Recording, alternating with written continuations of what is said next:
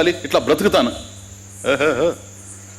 ఆ bad symptom అంటున్నాను. ఆ సిమ్టమ్ వెరీ యూస్ఫుల్ వర్డ్. ఆ లక్షణం మన దగ్గర ఉంది కనుక ఇప్పుడు విచారం చేయాల్సి వస్తుంది. ఒకవేళ దురదృష్టం వెన్నంటి ఈరోజు విచారం చేయకపోయినా, ఈ జన్మలో విచారం చేయకపోయినా ఇంకొక జన్మలైన విచారం చేయాల్సిందే. ఎందుకని? ఈ సిమ్టమ్ కంటిన్యూ అవుతుంది. దీన్ని ఉపనిషత్తులో నింజత్వం అంటారు. నింజత్వం ఏ సిమ్టమ్. దేనికి నింజత్వం? ఇది అసంతృప్తికి ఏదైతే లక్షణమో దాన్ని నింజత్వం అంటారు. It's a symptom of dissatisfaction.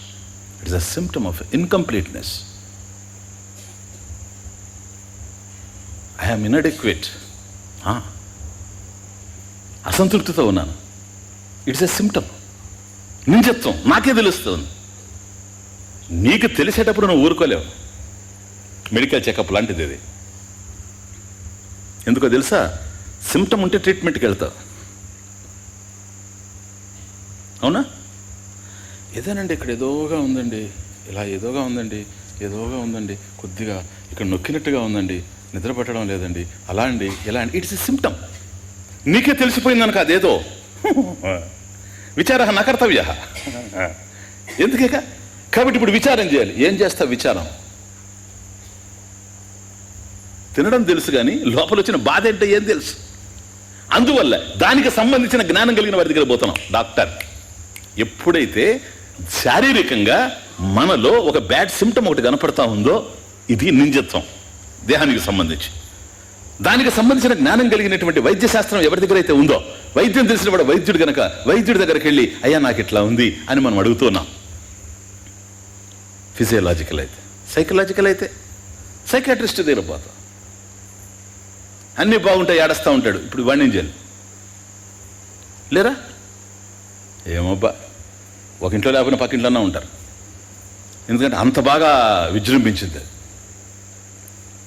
అర్థమవుతుంది? కాబట్టి ఇది సైకలాజికల్ ప్రాబ్లం.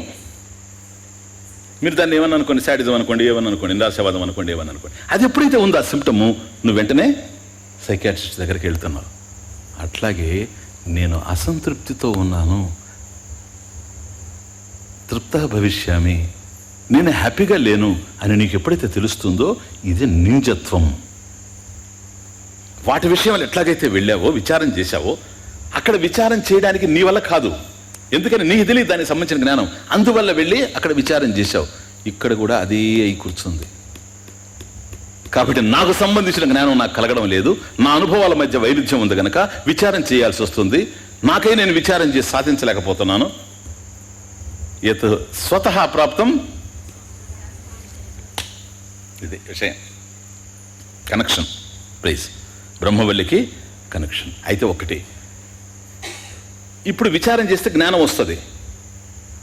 బాగా అర్థం చేసుకోండి ప్లీజ్. విచారం చేసే దేనికి? అనుభవానికే. 85% మంది ఇదే మాట్లాడుతూ ఉండారు సార్. ఆశ్రమాల్లో గ్రంథాలు రాసేవాళ్ళు, ఉపన్యాసాలు చెప్పేవాళ్ళు మాట్లాడేది ఇది సార్. విచారం చేస్తే అనుభవం వస్తుంది. చూసారా? ఇప్పుడు అర్థమవుతుందా మీకు? ఇది విచారం చేస్తే అనుభవం. అందుకని అడుగుతుంటారు, ఏమిటయా ఏదేదో వింటున్నావు నువ్వు, నీకు అనుభవం ఉందా అంటాడు. వినని వాడికి కూడా ఉంది సార్ అనుభవం. అనుభవానికి సంబంధించిన జ్ఞానం లేదు. వాళ్ళకి ఆ పాయింట్ అర్థం కావడం లేదు. ఎప్పుడైతే అనుభవం అనుకుంటాడో ఇంకంతే పూజలు మొదలు పెట్టేస్తాడు. ఎందుకంటే అనుభవం కావాలా. ఆయన ఇప్పుడు యోగం మొదలు పెడతాడు. ఈ బలహీనతలు మన దగ్గర ఉంటాయి తెలుసు కదా, దాన్ని బోధించడానికి వచ్చేస్తారు అంతే. ఒకటి ఫ్రీ టాక్, తర్వాత ఎందుకు తెలుసు యోగం. యోగం ఇదంతా.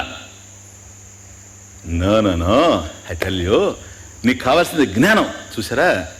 ఆ ఒక్క విషయం కనుక అర్థమైతే కంప్లీట్గా జీవితం ఒక మలుపు తిరిగిపోతుంది. నిన్న కాన్షియస్గా ఒక మాట అన్నాను, అదో ఇదో చేయడం కాకుండా ఏది చేయాలో తెలిసి ఉండాలి. అక్కడికో ఇక్కడికో పోవడం కాకుండా ఎక్కడికి పోవాలో తెలిస్తే అందమైన మలుపు తిరుగుతుందని అందుచారు. ఇదిగో అందమైన మలుపు తిరుగుతుంది ఇక్కడ. ఇక్కడి నుంచి నువ్వు పూజ చేయొచ్చు, ధ్యానం చేయొచ్చు, యోగం చేయొచ్చు, ఆసనాలు వేయచ్చు, ఏమన్నా వేయచ్చు. నీ మనసు మాత్రం జ్ఞానం వైపే ఉంటుంది. ఎందుకని? ఇవన్నీ కూడా నాకు సహకరిస్తాయి, సహకారిణ. కానీ నాకు కావాల్సింది మాత్రం జ్ఞానమే అని. కాబట్టి జ్ఞానాన్ని పొందాలి అంటే ఒక్క ఆత్మ విద్యకు సంబంధించిందే కాదు, ఏ విషయానికి సంబంధించిన జ్ఞానం నీకు కలగాలనుకున్నా దానికి ముందు ఆ జ్ఞానాన్ని పొందేటువంటి జ్ఞానార్హత కావాలి. అంతేనా? ఉన్నత విద్యను అభ్యసించాలి అని అంటే ప్రాథమిక విద్య ఉండాలి. ఎలిమెంటరీ ఎడ్యుకేషన్ లేకుండా హైయర్ ఎడ్యుకేషన్ పోలేవు. కాబట్టి ఉన్నత విద్యలో ఎవరైతే ఉత్తీర్ణుడవుతాడో వాడు మాత్రమే మళ్ళీ ఇంకా కాస్త హైయెస్ట్గా పోయే అవకాశం ఉంటుంది. కాబట్టి ప్రాథమిక విద్య నుంచి ఉన్నత విద్యకు రావాలి, అది అర్హత. కనుక ఉన్నత విద్యలో ప్రవేశపెట్టేటప్పుడే, ప్రవేశ దరఖాస్తు ఇచ్చినప్పుడే, అయ్యా ఏంటి ప్రాథమిక విద్యలో నీ యొక్క విద్యార్హత ఏంటి? Even first form 6th class చేరాడు అనుకోండి, 5th క్లాస్ పాస్ అయ్యావా? సరేనా? అర్థమవుతుంది. ఇప్పుడు బిఏ ఇంటర్మీడియట్ పాస్ అయ్యావా? అట్లీస్ట్ మ్యానిపులేట్ చేసుకుని వచ్చావా? ఇంటర్మీడియట్ బోర్డు ఉంది పో, latest current affair, intermediate board ఏదో ఒకటి చేసుకొని రా. కానీ ఏదో ఒకటి ఏదో ఒకటి చేసుకొని రావాలి, నువ్వు తప్పదు. ఎందుకని? విద్యార్హత.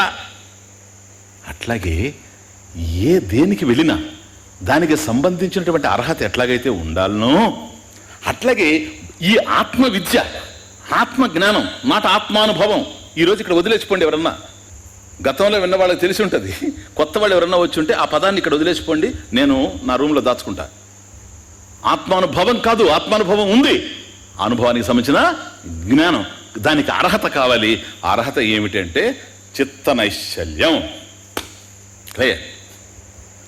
ఈ చిత్త నైశ్చల్యం కోసమే శిక్షావల్లి అయిపోయింది. సంహితాది విషయాన్ని కర్మభిః అవిరుద్ధాని ఉపాసనాని ఉక్తాని ఇది అనుష్ఠేయాని. చూసారా? సంహితాది విషయాన్ని నిన్న చూచారు కదా. సంహితలు ఇవంతా కూడా సంహితోపాసన, పాంక్తోపాసన, ప్రణవోపాసన, వ్యాహృత్యుపాసన, ఓంకారోపాసన, ఇవన్నీ చూచారా లేదా? కాబట్టి ఇవన్నీ కూడా సంహితలు, సంహితోపాసన, ఉపాసనలు చేశాం. కాబట్టి ఈ సంహితాది విషయాన్ని కర్మభిః, శంకర భాష్యం స్టార్టింగ్, కర్మభిః అవిరుద్ధాని ఉపాసనాని ఉక్తాని అనుష్ఠేయాని ఇత్యర్థః. కాబట్టి ఏ సంహితాది విషయాలు ఇంతవరకు మనం తెలుసుకున్నాము, ఏది శిక్షావల్లిలో, కర్మభిః అవిరుద్ధాని. శంకరులు మాట్లాడుతూ ఉంటే ఆయనలో ఒక వైభవం ఏంటంటే, ఏది చెప్పదలుచుకున్నా జ్ఞానానికి ముడిపడి ఉంటుంది. అది ఇక్కడ విషయంకి ఏది చెప్పదలుచుకున్నా స్టార్టింగ్ భాష్యంలో ఫస్ట్ సెంటెన్స్, సంహితాది విషయాన్ని కర్మభిః అవిరుద్ధాని. చూచారా? కర్మభిః అవిరుద్ధాని ఉపాసనాని ఉక్తాని. కాబట్టి సంహితాది విషయాలు ఏవైతే మనం తెలుసుకున్నామో అవన్నీ ఉపాసనలు. దేనికని? ఉక్తాన్ని, చెప్పబడేవి. కారణం అనుష్ఠేయాన్ని, నువ్వు అనుష్ఠించాలి గనక. అవి కర్మభిః అవిరుద్ధాన్ని, కర్మకు విరుద్ధాలు కావు. చూచారా పాయింట్? కర్మభిః అవిరుద్ధాన్ని, కర్మకు విరుద్ధం కాదు. ఎందుకని? ఉపాసనలు ఏవైతే నువ్వు చేశావో అవి కర్మలే కావా? కర్మలే. నువ్వు ధ్యానం చేశావు, కర్మ.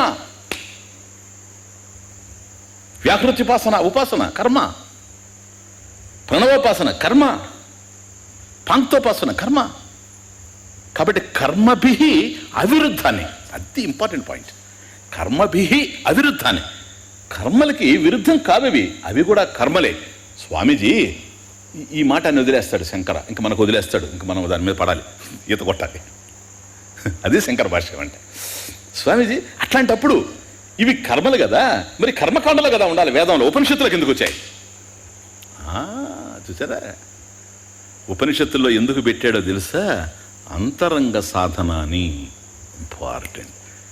కర్మభిః అవిరుద్ధాని ఇది చేత్, అవి కర్మలకి అవిరుద్ధంగా ఉండినా, అంటే కర్మలే అవి, విరుద్ధం లేదు వాటికి, అవి కర్మలే. కానీ ఉపనిషత్తులకి ఎందుకు వచ్చాయి అని అంటే అంతరంగ సాధన అని. ఇప్పుడు మనం యాగం చేసామనుకోండి, కరచరణాదులు ఉపయోగపడుతున్నాయా లేదా, వాక్కు ఉపయోగపడుతూ ఉందా లేదా, పూజ చేస్తూ ఉన్నాం. కానీ ఇక్కడికి వచ్చేటప్పటికి ఏ ఉపాసనలైతే మనకు శిక్షావళిలో బోధింపబడ్డాయో ఈ ఉపాసనలన్నీ కూడాను కేవలం ప్యూర్లీ మెంటల్, మానసికమైనటువంటివి, అంతరంగ సాధన అని. కర్మయోగము బహిరంగ సాధన, ధ్యానము అంతరంగ సాధన. ఇది ధ్యానం క్లాసెస్లో చెప్పాను, జ్ఞాపకం ఉందే. కాబట్టి ఇది అంతరంగ సాధన అని.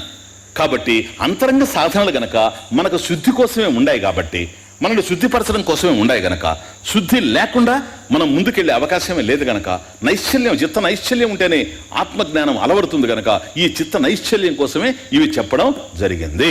ఫినిష్. కాబట్టి మనసు నిర్మలంగా ఉండాలి. నిర్మలంగా ఉంటేనే అందుకోగలుగుతాడు. ఇది అర్హత. ఈ నిర్మలత్వం సాధకుడికి లేనప్పుడు శృత్యామయ న గ్రహీత, వినినప్పటికి కూడాను గ్రహించలేడు. ఎందుకని? అర్హత లేనిటువంటి వాడు గనక. కాబట్టి చిత్త నైశ్చల్యం కోసంగా ఉపాసనలన్నీ కూడా మనం చేయాలి. వీటి వల్ల రాగద్వేషాలు తటస్థమవుతాయి, న్యూట్రలైజ్ అవుతాయి. ఉపాసనల్లో రాగద్వేషాలు ఉండద్దని చెప్పడం లేదు, బాగా అర్థం చేసుకోండి. రాగద్వేషాలు లేకుండా ఉండం. ఇప్పుడు మీరు శృతి మందిరానికి వచ్చారే, దిస్ ఈజ్ కాల్డ్ రాగ. ఏం చెప్పాడని పోయారే, అది ద్వేష. మీరు అన్నర్లే, I know you love me. అర్థమవుతుంది? ఇట్లా ప్రతి చోట ఉంటాయి కనుక రాగద్వేషాలు లేకుండా ఉండవు. ఇప్పుడు నాకుంది కదా రాగద్వేషం, ఫుల్. ఇప్పుడు లేచి నడవండి తెలుస్తుంది, దానికి ఏమన్నా పేరు పెట్టుకోండి. కాబట్టి ఆరోగ్యం ఉన్నా లేకున్నా మీకోసం ఎందుకు పరిగెత్తుతో చెప్తున్నాను. రాగద్వేషాలుంటే నష్టం లేదు, అవి మన మీద స్వారీ చేయకుండా ఉండాలి. రాగద్వేషాలు స్వారీ చేయడానికి మనం గుర్రాలు కాకుండా ఉండాలి, వారిని నియంత్రించేటువంటి శక్తి కలిగి ఉండాలి. రాగద్వేష వియుక్త ఇస్తూ అర్జున విషయాన్ ఇంద్రియైశ్చరన్ ఆత్మవశ్యై విధేరి ఆత్మ ప్రసాదం అధిగచ్చతి. ఇంకేం కావాలి? కాబట్టి రాగద్వేష వియుక్తై తు విషయాన్ ఇంద్రియై చరణ్. ఇంద్రియ ప్రపంచంలో మనం తిరుగుతూ ఉండినా, రాగద్వేషాలు ఒకవైపు ఉండినా, ఆత్మవశ్యై విధే ఆత్మ ప్రసాదం అధిగచ్చతి. ఈ పాయింట్ కోసం కోట్ చేశాను. ప్రసాదం, ప్రసాదేతి. అచ్చా, ప్రసాదం ఎందుకు చెప్పరా? సరేనా? ఇది కనుక రాగద్వేషాలు ఎవడైతే ఆత్మవశ్యై తన అధీనంలో ఉంచుకొనున్నాడో, తన స్వాధీనంలో ఉంచుకొనున్నాడో, అటువంటి వాడు ప్రసాదాన్ని పొందుతాడు, ప్రశాంతతని పొందుతాడు. సరేనా? కాబట్టి భగవద్గీతలో భగవానుడు ఏదైతే మనకు తెలియజేశాడో, దేనికోసం అది అర్జున, ఈ ప్రసాద మనస్తత్వం ఉంటే కానీ, ప్రశాంతత ఉంటే కానీ అందుకునేటువంటి అవకాశం లేదు గనక ఇది చెప్పజరిగింది. కాబట్టి ఈ విధంగా చిత్త నైశ్చల్యాన్ని పొందినటువంటి వాళ్ళు ఎట్లా? శిక్షావళి ద్వారా ఇప్పుడు అర్హులయ్యారు గనక. Assume what wrong is there? ఇప్పుడు మనమందరం కూడాను అర్హులము. అట్లీస్ట్ అర్హతను పొందుతామని డిసైడ్ చేసుకోండి, తప్పులేదు. అర్హత లేకపోవడంలో దోషం లేదు. అర్హతని తెచ్చుకోవడం కోసం ప్రయత్నం చేయకపోతే అంతకన్నా మించిన దురదృష్టం లేదు. ఏదో ఒక దశలో సంవత్సరాలు బ్రతుకుతూ ఉండినా కూడాను కొద్ది కూడా చేంజ్ లేకుండా ఎక్కడేసి దుప్పటాడేసి ఉండడం అనేది అంతకు మించిన దురదృష్టం ప్రపంచంలో లేదు. కొద్దిగా చేంజ్ తెచ్చుకోవడానికి ప్రయత్నం ఇది మనకు ఉపకరిస్తుంది. ఎందుకంటే విషయం మనకు పరోక్షంగా అందింది.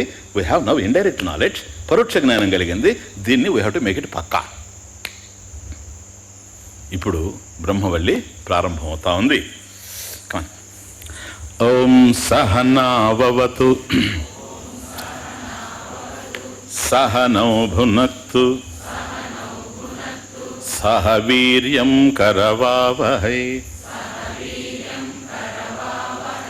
తేజస్వినావధీతమస్తు మా విద్విషావహై.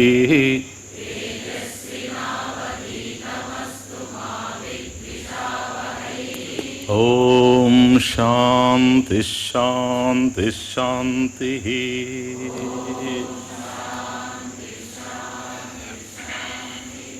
గురు శిష్యులు ఇరువురు కలిసి శిక్షావళి అయిపోయింది గనక బ్రహ్మవల్లిని ఆనందవల్లిని ప్రారంభం చేస్తున్నారు గనక ఈ సందర్భంలో ఇరువురు కలిసి శాంతి మంత్రాన్ని ఉచ్చరించారు. పఠ్యతే అథ ఇదానీం వక్ష్యమాణ బ్రహ్మ జ్ఞాన ప్రాప్తి, వక్ష్యమాణ ఆత్మజ్ఞాన ప్రాప్తి, ఉపసర్గ ఉపశమనార్థ శాంతి పఠ్యతే ఇది. ఇదానీం నౌ అథ సంప్రదాయం అథాతో బ్రహ్మ జిజ్ఞాస అథాతో భక్తిం వ్యాఖ్యాస్యామః. ఇక్కడ అథా ఇప్పుడు అంటున్నాం, ఎందుకంటే ఇదానీం ఇప్పుడు వక్ష్యమాణ బ్రహ్మ విద్యా ప్రాప్తి, ఈ చెప్పబోతూ ఉన్నాడే బ్రహ్మవల్లి వక్ష్యమాణ బ్రహ్మ విద్యా ప్రాప్తి, ఆ చెప్పబోయేటువంటి వక్ష్యమాణ బ్రహ్మ విద్యా ప్రాప్తి అది ప్రాప్తించడం కోసం ఉపసర్గ ఉపశమనార్థ శాంతి పఠ్యతే. ఉపసర్గ అనే పదం మీకు తెలుసు కదా, ఏంటది చెప్పండి. ఉపసర్గ అనేది తెలియదు, ప్రతి ఉపన్యాసంలో వస్తుంది. పదం ముందు దాని యొక్క విశేషణాన్ని చెప్పేటువంటిది ప్రిఫిక్స్ ఉపసర్గ కదా. స్మరణ, అనుస్మరణ, ఆ అను అనేటువంటిది ప్రిఫిక్స్, అదే ఉపసర్గ అని చాలాసార్లు చెప్పుడా. అదే గుర్తుపెట్టుకోండి, కొద్దిగా జ్ఞాపకం పెట్టుకోండి, పనికొస్తాయి ఉపసర్గ. సరేనా?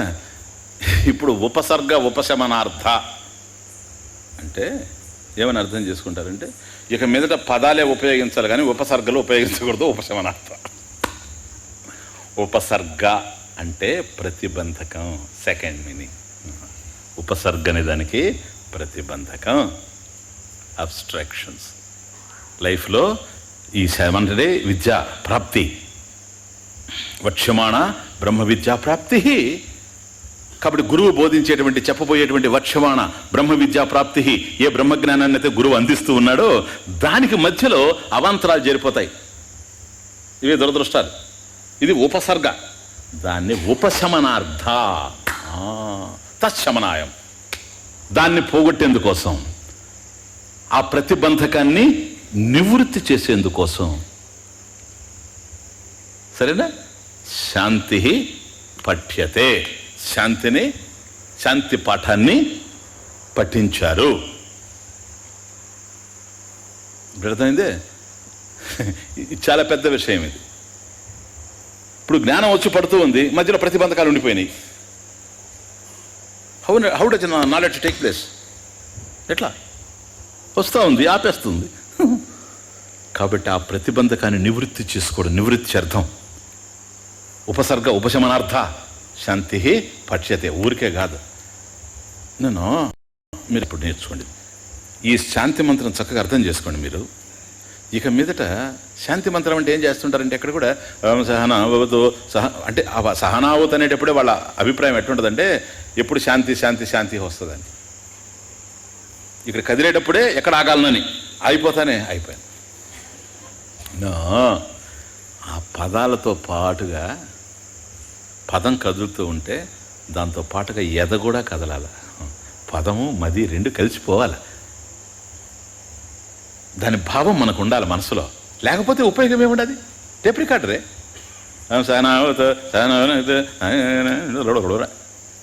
ఏం ఉపయోగం? బాగా అర్థం చేసుకోండి. ఇప్పుడు ఒక 5 నిమిషాలు 10 నిమిషాలు ఇక మీదట సహనావత్ అనేటప్పటికీ కంప్లీట్గా మారిపోతుంది.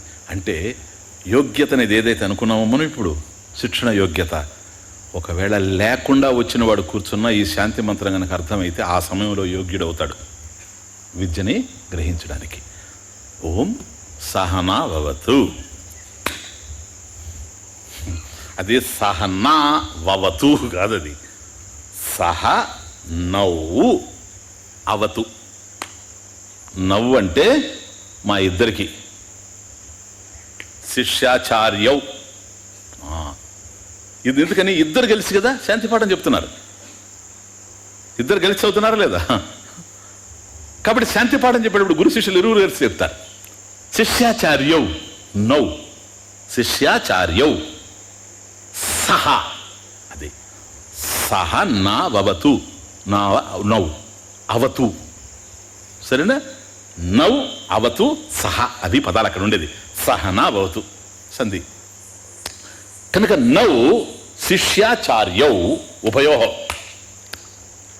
సరేనా? సహ సహైవ సహ ఏవ ఇద్దరితో కూడి సహ ఏవ శిష్యాచార్యౌ గురు శిష్యులు ఇరువురు కూడాను సహ ఏవ ఇద్దరు కలిసి ఏమంటున్నారు ఇప్పుడు ఇద్దరికి అవతు అవతు అవధాతు అవతు రక్షతు రూట్ అవు రూట్ అది ఓంకి కూడా అవు అనేటువంటిది రూట్ అందువల్ల ఓంకారం మనల్ని రక్షిస్తుంది ప్రణవం రక్షిస్తుంది ఎందుకో తెలుసా అది ధాత్వర్థం అది ధాతువు ఏంటంటే ఔ ధాతు అవతు ఔ ధాతు ఓంకారానికి కూడాను ఓం మండలంలో ఔ ధాతు కాబట్టి ఓం కూడా రక్షిస్తుంది అందువల్ల ప్రణవోపాసన సహ నౌ అవతు నౌ మమ్మల్ని ఇరువురిని కూడాను సహా మమ్మల్ని ఇద్దరిని కలిసి అవతు రక్షతు అది ప్రార్థన చేస్తూ ఉండాలి మమ్మల్ని ఇద్దరిని రక్షించాలి భగవంతుడు రక్షించాలి ఇది మొట్టమొదటి కలుగుతుంది వాళ్ళ దగ్గర నుంచి కాబట్టి గురు శిష్యులు ఇరువురు కూడాను శాంతి పాఠంలో మమ్మల్ని ఇద్దరిని రక్షించాలి ఏంటి ఇప్పుడు ఏమొచ్చింది వాళ్ళకి బాధ రక్షించడానికి అంత రక్షణ లేని స్థితిలో ఉంటే ఇక్కడికి వచ్చి కూర్చొని ఎక్కడ వింటారు కొంప కాలుతుంది అనుకోండి వచ్చి కూర్చొని వింటాడా మనిషి ఏమొచ్చింది ఇప్పుడు బాధ వస్తుందేమోనని అది శాంతి పట్యతే ఇప్పుడు వస్తుందేమోనని వాళ్ళు పఠించింది కారణం ఏంటో తెలుసా దేనికోసము వక్ష్యమాణ బ్రహ్మ విద్యా ప్రాప్తి ఉపసర్గ ఉపశమనార్థ శాంతి పట్యతే దానికి ప్రతిబంధకాలు ఏమీ రాకుండా ఉండాలి గనక ప్రతిబంధకాలు రాకుండా గురువుని శిష్యుని ఇద్దరిని రక్షించాలి గురువు చెబుతూ ఉన్నాడు అనుకోండి ఆయనకి రాకూడదు మళ్ళీ ఉపసర్గ రావచ్చు ఎందుకని గురువుకి జ్ఞానం ఉండొచ్చు దురదృష్టం దేహం కూడా ఉంది ఉపాధి చెబుతూ ఉన్నటువంటి టైంలో ఏదో ఒకటి వచ్చింది అనుకోండి ఏం చేస్తాడు ఆరోగ్యం బాగలేదు ఏం చేస్తాడు ఉపసర్గ భగవంతుని రక్షించాలి సరేనా ఆయనకే సాధ్యం అది కనుక సహనౌ అవతు నౌ సహ అవతు సహైవ అవతు రక్షతు సహనా భవతు సహనౌ భునక్తు నౌ శిష్యాచార్యౌ సహా సహైవ భునక్తు బ్రహ్మ భోజయతు దీనికి చాలా మంది చెప్తూ ఉంటారు అంటే చాలా కాలంగా ఉంటుంది మేమిద్దరం కలిసి భోజనం చేయదు కాక మీ పుస్తకాల్లో ఉంటుంది నేను కూడా ఒక్కో చోట రాశాను ఎందుకంటే అప్పుడు అందరు అదే చెప్తుంటే మనం ఇది చెప్తే ఇతనికి తెలియదు అనుకుంటారేమో అని నా బాధ అప్పుడు సరేనా బ్రహ్మ భోజయతు అంటే పరిపాలయతు మమ్మల్ని వృద్ధి చెందేటట్టు చేయుగాక మా దేహేంద్రియ మనోబుద్ధుల్ని ఆయన పరిపాలించుగాక చక్కగా జ్ఞానం కలిగేటట్టు ఇద్దరిని అనుగ్రహించుగాక బ్రహ్మ భోజయతు సహనౌ భునక్తు సహ వీర్యం కరవావహై సహ సహైవ శిష్యాచార్యౌ సహైవ వీర్యం కరవావహై వీర్యం కరవావహై కరవావహై నిర్వర్తయావహై వీర్యం ఇది ఇంపార్టెంట్ సహా వీర్యం కరవావహై వీర్యం ఏమిటిది సామర్థ్యం వీర్యం అనేటువంటిది సామర్థ్యం ఒక రకమైన శక్తి ఇది మనకు తెలిసిన భావం కాదు వీర్యం దేనికినైనా నీకు వీర్యం ఇక్కడ విద్యా నిమిత్త వీర్యం విద్యా నిమిత్త సామర్థ్యం విద్యాయా నిమిత్తం కారణం సామర్థ్యం విద్యా సంపాదనే నిమిత్తం అదేడా కాబట్టి విద్యని గ్రహించడానికి ఇరువురి మీద ఆధారపడింది ఆయన అందించాలి ఈయన అందుకోవాలి ఇద్దరి మీద ఆధారపడింది కనుక ఈ సామర్థ్యం ఉండాలి విద్యా నిమిత్తం సామర్థ్యం అంతేకాదు విచార సామర్థ్యం ఇవన్నీ దానికి అర్థాలు విచార సామర్థ్యం చెప్పేవాడు విచారిస్తూ చెప్పాలి వినేవాడు విచారిస్తూ వినాలి అది తమాషా ఏదంటే తనకు దోచిందంతా చెప్పుకొని పోడు అందువల్ల జ్ఞానం కలిగినటువంటి వ్యక్తి కనుక బోధిస్తూ ఉంటే ఒక విధంగా ఉండదు అది తమాషా ఆ శ్రోతలను బట్టి కూడా ఆధారపడి ఉంటుంది ఏ విధంగా అందించాలి ఒక పదాన్ని ఎట్లా జాగ్రత్తగా వాడాలి సపోజ్ ఎందుకని పదాల ద్వారానే జ్ఞానం కలగాలి చాలా ఇంపార్టెంట్ ఇది సపోజ్ ఒక పదాన్ని కనుక మరొక విధంగా వాడాడు అనుకోండి, అతను ఇంకో రకంగా అర్థమయ్యేటువంటి అవకాశాలు ఉంటాయి. కాబట్టి ఆ విచార సామర్థ్యం గురువుకి ఉండాలి, అదేవిధంగా శిష్యుడికి కూడా ఉండాలి. విచార సామర్థ్యం, శమదమాది సామర్థ్యం. కాబట్టి ఇంద్రియ నిగ్రహం, మనోనిగ్రహం ఏదైతే ఉందో ఈ సామర్థ్యం కూడా ఫుల్గా ఉండాలి. కనుక విద్యా సంపాదనే సామర్థ్యం వీర్యం. గురువుకి శిష్యుడికి ఇద్దరికి కూడాను సహవీర్యం కరవావహై. సహవీర్యం ఇది కేవలం సామర్థ్యం. ఊహాపోహ సామర్థ్యం, ప్రోస్ అండ్ కాన్స్. ఊహా అపోహ, ఊహాపోహ, ఊహాపోహ సామర్థ్యం భాష్యం ఇక్కడ కాదు కానీ మరొక చోట శంకరుల వారే ఊహాపోహ సామర్థ్యం అంటారు ఒక చోట. ఊహాపోహ సామర్థ్యం అంటే ఏంటి?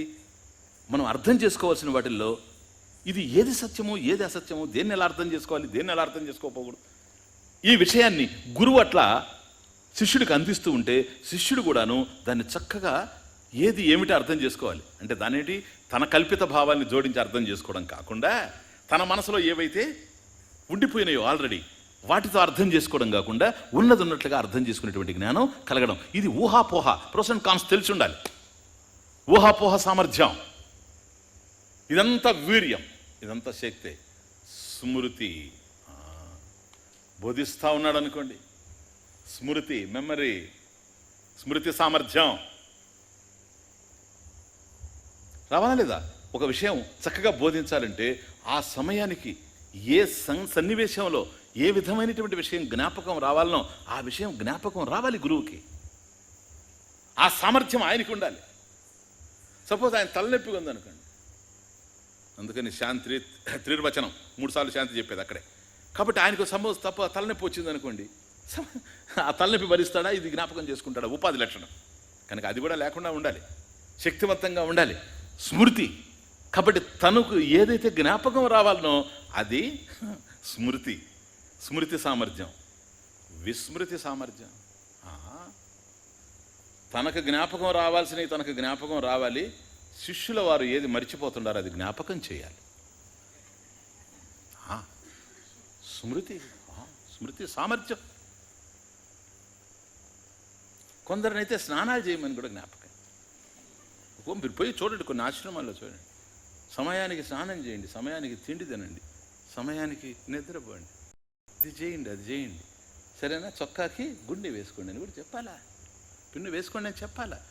ఎందుకు తెలుసా? అక్కడ విస్మృతి, ఇక్కడ స్మృతి పర్ఫెక్ట్. వాటిల్లోనే అట్లా ఉంటే దౌర్భాగ్యాలు శాస్త్రంలో ఎట్లుండాలి ఇక. అందువల్ల ఎట్లా ఉంది ఒక్కొక్కసారి టెస్ట్ చేయడం. ఎందుకని అయ్యా ఉపసర్గ అంటే ఏంటి, ఇదే స్మృతి ఉందా లేదా? లేదనుకో కమాన్ కల్పిస్తాం, కొద్ది నష్టం లేదు. ఎందుకంటే జ్ఞానంలో ఈత కొట్టడంలో ఏముంది, ఆనందమే కదా, ఈత ఆనందం కదా మనిషికి. కాబట్టి తనకు కావాల్సినటువంటిది స్మృతికి అందుతూ ఉండాలి. శిష్యుని యొక్క విస్మృతి కూడా తనకు తెలుస్తూ ఉండాలి. లేకపోతే నాకు స్మృతి ఉంది కనుక అని కొందరు ఉపన్యాసాలు అట్లా చెప్తారు కళ్ళు మూసుకొని, అంతటా నిబడీకృతమైనటువంటి పరమాత్మ స్వరూపము త్రిగుణమిళితమైనటువంటి ఈ ప్రపంచంలో ఎక్కడ చూచినా సర్వగతమై సర్వవ్యాపక కోరే ఆయన. వీడను ఎప్పుడు తెరుస్తాడా కళ్ళు, ఎప్పుడు తెరుస్తాడా కళ్ళు, ఎప్పుడు ఇంకా తెరవడు. ఎందుకంటే తెరిచాడంటే మిమ్మల్ని చూశాడంటే మళ్ళీ జ్ఞాపకం రాదు. అందుకని అదంతా జనవరి, ఫిబ్రవరి, మార్చి, ఏప్రిల్, మే, జూన్, జూలై, ఆగస్ట్, సెప్టెంబర్, అక్టోబర్, నవంబర్, డిసెంబర్, చైత్రం, వైశాఖం, ఇదంతా లోపల ఉంటుంది, కట్టతో ఉంటుంది. అర్థమైందే? అది చెప్పుకుంటా పోతుంటాడు. అంత అయిన తర్వాత ఆయనకెంత అర్థమైందో తెలియదు, ఈయనకెంత అర్థమైందో తెలియదు. లాస్ట్లో ఆ చాపలేసిన వాళ్ళు వీళ్ళు బాధపడుతుంటారు. ఎందుకని వీళ్ళకి ఏమైనా పిచ్చా, నాకేం అర్థం కాలేదు. అక్కడ ఎన్న ఆయన మా మేనమామే కదా, ఆయనకేం అర్థం. ఇది బాధ. అందువల్ల స్మృతి వెరీ వెరీ ఇంపార్టెంట్. విద్యా సంపాదనే సామర్థ్యం, గ్రహణ సామర్థ్యం. కాబట్టి ఆయనకి స్మృతి ఉండాలి, శిష్యుడికి గ్రహణ సామర్థ్యం. చూచారా, వీర్యం, శక్తి. ఓ శక్తి కలిగిన వాడు అయ్యా ఇదిగో 4 కిలోలు దీన్ని ఎత్తవయా మూట ఎత్తుతాడు, 6 కిలోలు ఎత్తలేడు. శక్తి కలిగిన వాడు 10 కిలోల మూట పెట్టినా కూడాను ఎత్తుతాడు, 50 కిలోలు ఎత్తుకుంటాడు పైకి. అదేంటది? వీర్యం, శక్తి, గ్రహణ సామర్థ్యం. జ్ఞానం విషయంలో కూడా అంతే. కొందరికి చెప్తూ ఉంటే మంచి రుచికరమైన పదార్థం పెడుతూ ఉంటే తింటూ ఉన్నట్టుగా వాడు ఊరికే మింగేస్తూ ఉంటారు జ్ఞానాన్ని. కొందరికి కొద్ది ఎక్కువసేపు చెప్పింది